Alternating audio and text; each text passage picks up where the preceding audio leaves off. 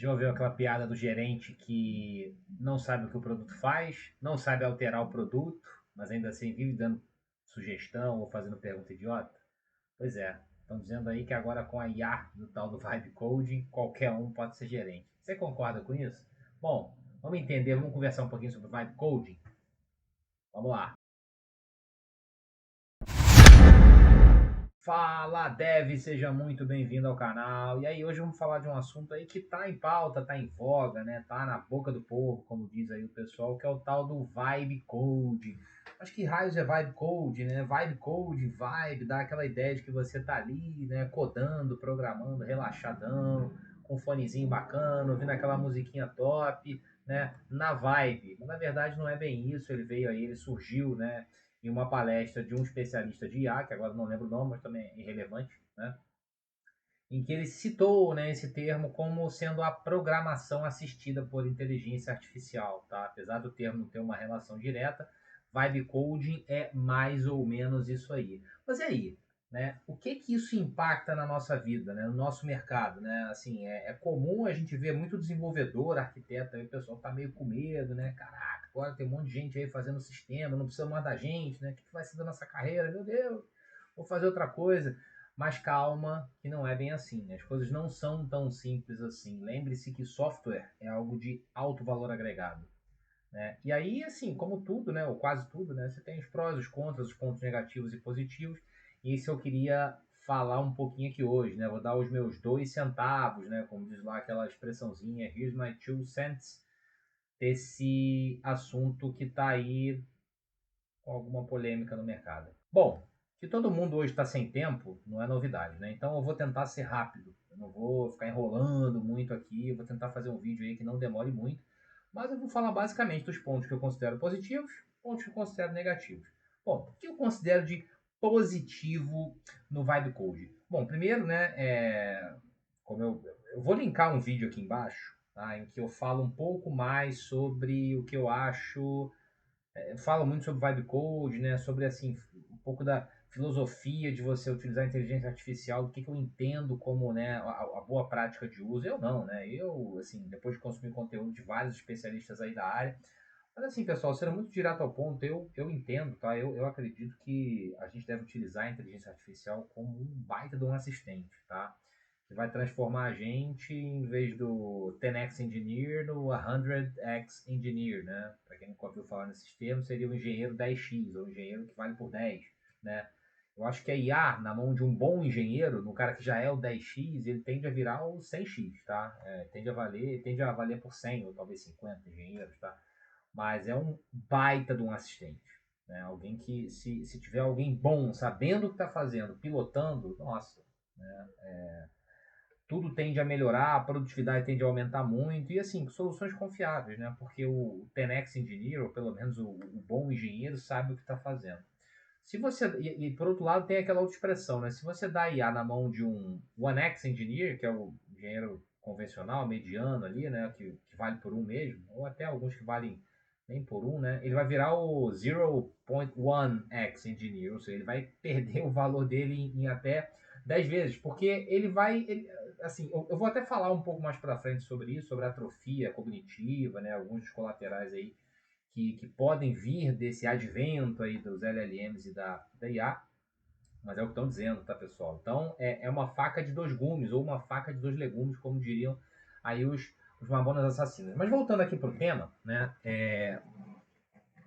impacto positivo, óbvio, né, se a gente tem um assistente, né, que aumenta a nossa produtividade, o custo, então, para a gente disponibilizar, por exemplo, um MVP, disponibilizar um protótipo, né, disponibilizar ali uma prova de conceito, ele cai drasticamente. Né? Você consegue fazer telas funcionais hoje com um LLM, né, com uma ferramenta de vibe coding, em muito menos tempo. Tá? Então, você não...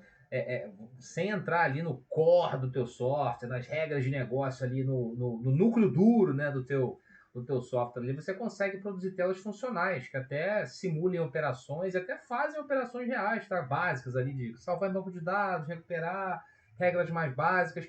Até então, ele vai muito bem, tá? Além disso, né, ele está democratizando o desenvolvimento de soluções, tá? Para o nosso mercado, pensando aqui na nossa bolha, talvez não seja tão bom assim, mas a real, gente, é que isso é assim, é que nem quando o Netflix veio e matou as locadoras, né? Assim, não estou dizendo que a IA vai matar os desenvolvedores, eu não acredito que vai, tá? Mas ela sem dúvida está mudando o nosso mercado. Então a gente vai ter cada vez mais pessoas que não têm formação técnica, tá? E não se predispuseram a estudar, a fazer uma graduação, um curso que seja, desenvolvendo sistemas, talvez pequenos sistemas, sistemas ali menores, ali que vão rodar num pequeno negócio, tá? Que vão apoiar ali uma operação de back-office. E até falando em termos de startups, né? Muitas vezes uma startup ela quer provar uma ideia, ela quer fazer um produto rápido ali para rodar, fazer um teste de mercado, um teste AB, né? Com uma IA é muito rápido fazer isso, né? E aí você valida a sua ideia com mais velocidade. De repente, olha, isso aqui se provou inútil, se provou que não tem mercado, não vale a pena a gente seguir investindo nessa ideia. Quantas ideias e quantos projetos você já viu na sua empresa em que foram gastos meses, às vezes, até anos, tá? Até anos. Mas vamos falar de meses, que é o caso médico. Dá para se construir um MVP ou uma POC, às vezes ali, vou fazer a POC aqui 6, 7, 8 meses, para depois de um tempo ver que não ia dar em nada. Hoje, com uma IA, essa prototipagem, ela é muito rápida. Então, você consegue botar um pequeno negócio para rodar em um mês, tá? Você ganha uma escala de produção absurdamente grande. E isso é inegável, tá? Isso aí, querer negar isso aí, é a mesma coisa que negar que dois é maior que um. Tá? Tem coisas que são fatos inegáveis, estão na nossa cara e cabe a gente se adaptar. Mas não fica por aí, né? Esses são os pontos, assim, eu diria, positivos, né? São as vantagens que a IA trouxe para a gente e quem souber usar tende a se dar bem. Como eu falei, o 10x Engineer tem tudo para virar o 100x Engineer, né? O 1x Engineer pode virar o 10x Engineer, mas também pode virar o 0.1, 0.1 Engineer. Depende do conhecimento e de como ele vai utilizar a inteligência artificial.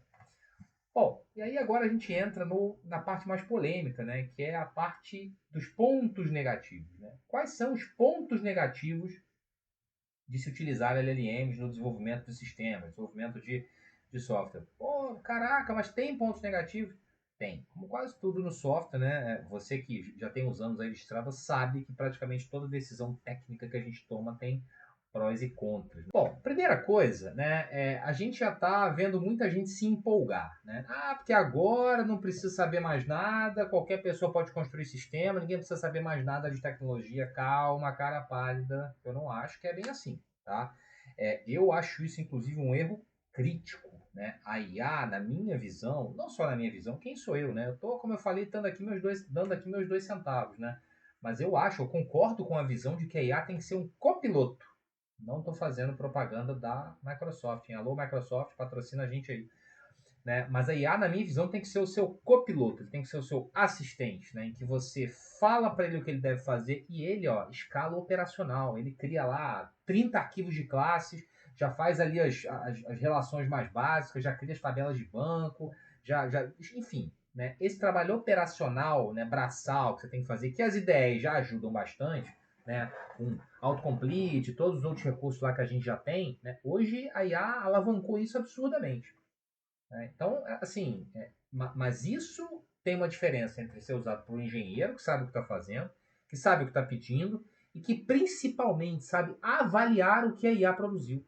Né? Eu sei olhar, eu sei avaliar o que foi produzido em termos de código ali. E isso pesa bastante, acho que muita gente vai concordar comigo aqui, né? Quando eu entro em requisitos não funcionais. Quando eu tenho as minhas regras de negócio ali até bem escritas, né? Muito bem definidas, o que não é sempre o caso, mas quando eu tenho, a IA se vira bem ali na média. Ela consegue fazer uma implementação, se você guiar melhor ainda, óbvio, né? Mas e se você tem requisitos complexos de integração, por exemplo, com sistemas externos? Né? Se você tem requisitos complexos de escalabilidade, de performance. Seu código tem que performar, tá? Para quem já trabalhou em áreas aí que isso é um requisito forte, sabe do que eu estou falando. Telecomunicações é um exemplo. Eu trabalhei com telecom um tempo e era assim, programa em C++, se ali escovando bit, né? Porque era um volume de dados massivo e a coisa tinha que performar, tá? E aí, será que o modelo vai saber fazer o teu software escalar, né? Especialmente se ele é um software complexo, com muitas integrações, né? Certamente ele pode te ajudar, se você souber guiá-lo, se você souber o que pedir, né? Ou até ter conhecimento para trocar com ele, né? O que você acha de colocar um cache? O que você acha de fazer aqui um design pattern na ABC? Qual que você, né, me sugere? Você tendo carta para trocar com ele, né? Porque imagina o seguinte, um LLM é um modelo que analisou milhões e milhões e milhões de linhas de código, bilhões talvez, né? E tem isso armazenado lá, né? Baseado lá no modelo interno dele, probabilístico, de estatística, ele vai inferir o que é o melhor código de acordo com essa codebase. Essa codebase também tem muito bug, né? Muitas decisões erradas foram tomadas nessa codebase, falhas de segurança estão presentes lá. Então, a IA generativa, como eu até falo nesse outro vídeo, ela não cria coisas do nada, ela combina conhecimentos já existentes. Então, ela vai combinar também coisas erradas. Então, se o teu software tem requisito complexo de escalabilidade, e pior, segurança. Você que trabalha em banco, indústria, aviação, né, saúde, constrói software de hospital e tal, você vai confiar num código 100% produzido por uma IA, né, que se baseou em um codebase aí cheio de falhas de segurança?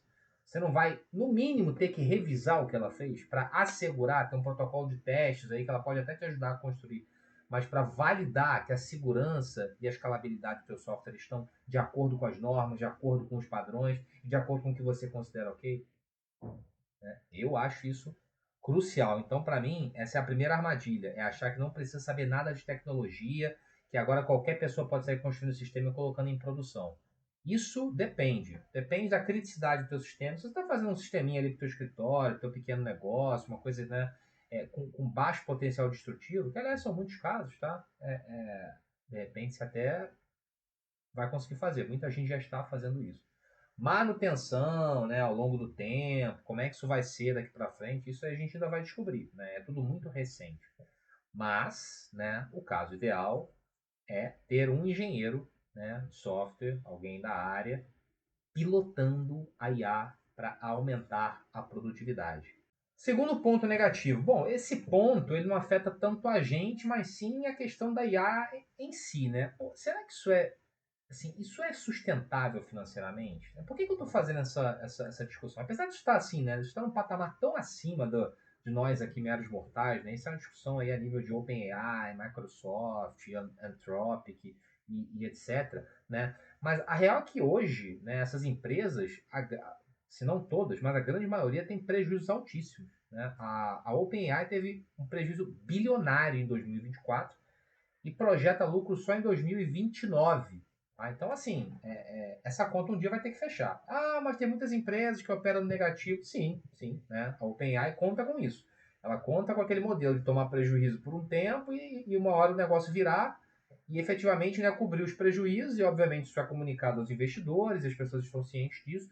Mas hoje, financeiramente, essa é uma conta que ainda não fecha. Por quê? Bom, pessoal, primeira coisa, treinar esses modelos, né? O operacional, o custo operacional para treinar esses modelos é altíssimo, né? Especialmente custo com infraestrutura de nuvem, né? Assim, a infraestrutura de hardware que você precisa para rodar isso ainda é muito grande e ainda é muito cara. Pode ser que isso barateie? Sim, mas hoje ainda é muito cara. Porque esses caras usam nuvem, AWS, Google Cloud, Oracle Cloud, sei lá, né? GPUs, né, que vocês sabem bem que são caras, vocês viram o que aconteceu com a ação da NVIDIA, né, uma das principais produtoras de GPU do mundo, depois que a IA explodiu. Você precisa de uma equipe técnica altamente qualificada, você não vai ter engenheiro, né, barato na sua equipe para trabalhar com esse tipo de coisa. E até mesmo a aquisição dos dados, como é que você tem acesso a tantos dados assim? Isso não está disponível. Tem muita coisa na internet, mas tem coisa que é repositório privado, você tem que comprar, né?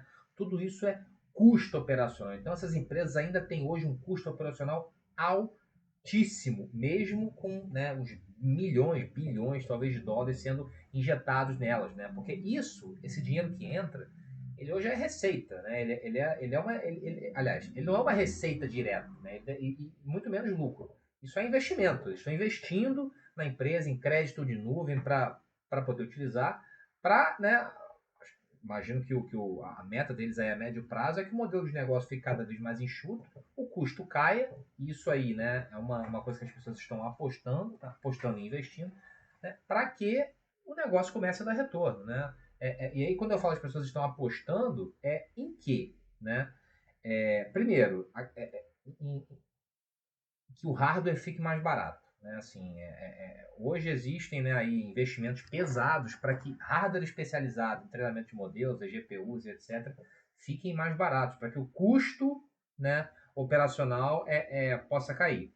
Segundo, melhorias algorítmicas, né? Assim, espera-se que os algoritmos sejam mais eficientes e gastem menos recursos computacionais, né? No nível, né, de exigência das LLMs, isso é muito crítico, né? São algoritmos pesadíssimos que rodam por muito tempo, consumindo muito recurso computacional e, consequentemente, mais energia elétrica também, que eu vou falar depois sobre o impacto ambiental. Tanto é que hoje existe aí uma tendência, né, pelo que a gente tem lido, tem acompanhado, em focar menos em LLMs, em Large Language Models, né, em modelos maiores, gigantescos, aí caso do ChatGPT, do Gemini, né, do Llama, etc., e focar em modelos menores, os SLMs, Small Language Models, né, que seriam modelos menores, mais especializados, né, por exemplo, a própria Anthropic, né, o Claudine, né, o Claudine, tá começando, apesar de ser um LLM, ele está começando a se especializar mais em código, né? Estão meio que começando a nichar. E isso está começando a virar uma tendência, porque você